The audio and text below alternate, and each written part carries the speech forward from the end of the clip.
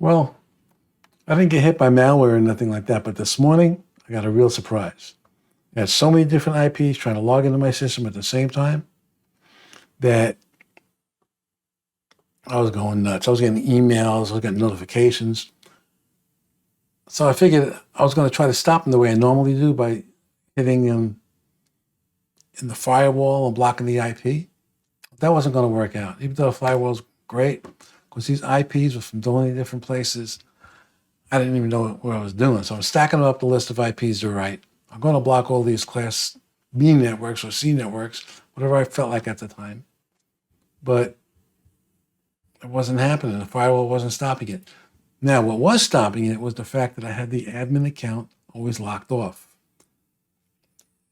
You can't use it, it's disabled, and that might have been what kind of saved me if these people knew what they were doing.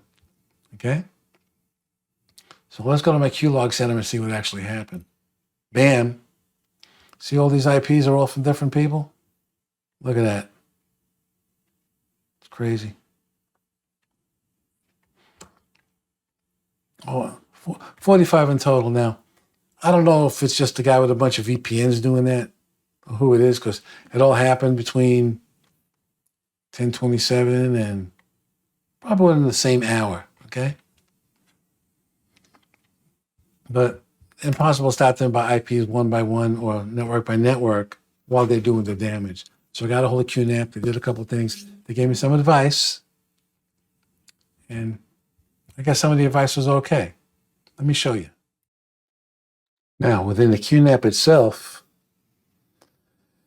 you want to shut down whatever you don't need. So what I do actually is I telnet to my QNAP. I don't do it that often, but I usually do it within my own network. But I always have those ports closed. I don't allow telnet till the time I actually need it. Okay? Another thing I do is on my QFTP. QFTP is always disabled. If I need it, my router has port forwarding to it. I do it. I upload or download whatever I have to do from wherever I'm at, and then shut it right down again. And basically give your URL a different port number. I can't tell you my port number, but that's what I usually do. Okay. That's just things that we can do as users. That's not a big deal. Okay. So if I have to get on there, I go like example, I go to FTP, I enable it. See, I can enable it right there. Then I use it. It's port number 21, no big deal. But the chances of somebody getting in there exactly the same time that I want to get in there are pretty rough. I upload or download whatever I have to. Probably upload after because I'll be somewhere else. And man, that's it.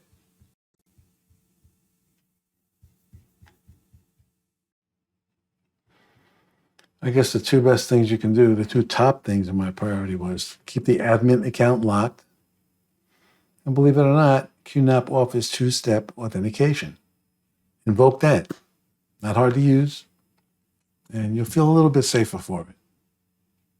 Nothing's a guarantee, but everything you do that gets in the way of somebody trying to break in is good.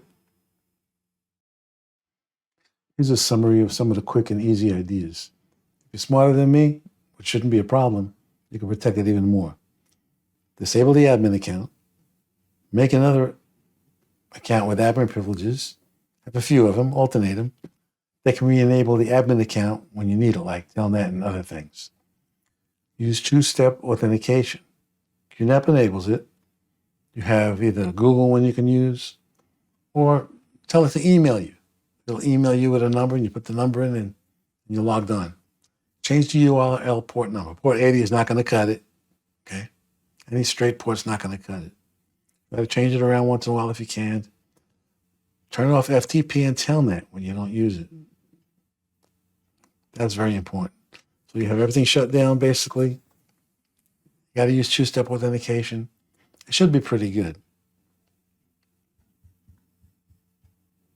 QNAP actually told me to do all these things once when I got hit with a ransomware. So I learned the hard way.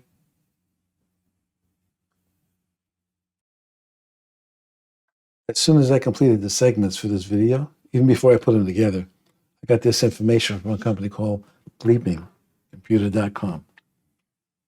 And they were explaining what happened with QNAP and what they were doing about it. So, you can read the next couple of slides, have the text of what they said, and you can also check QNAP.com, their newsroom. So I'll go through slowly, pause it when necessary. If you want to read it, just go to the end. Here we go.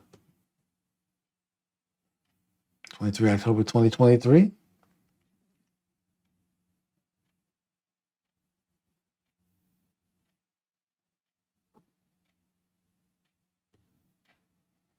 Wow, it's even easier to read than to listen to me.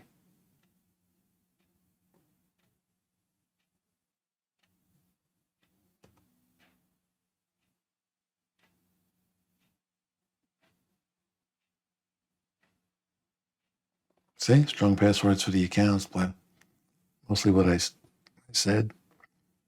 Don't use default ports.